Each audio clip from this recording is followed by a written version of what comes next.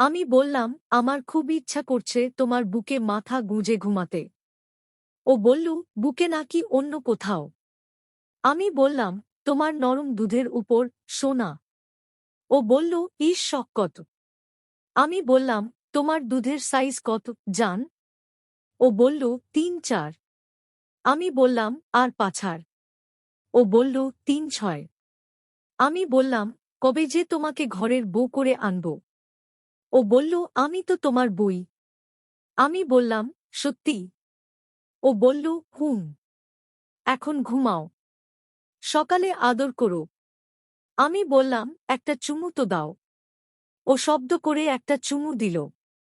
আমিও দিলাম। তারপর কল কেটে দিলাম। পরের দিন সকালে ৯টার সময় ঘুম থেকে উঠে বাবা আম্মুকে এয়ারপোর্টে ড্রপ করে দিয়ে সোজা চলে গেলাম মার্কেটে। হুমায়রার জন্য একটা লাল টুকটুকে পাতলা শর্ট নাইটি, এক সেট ব্রাপেন্টি কিনলাম।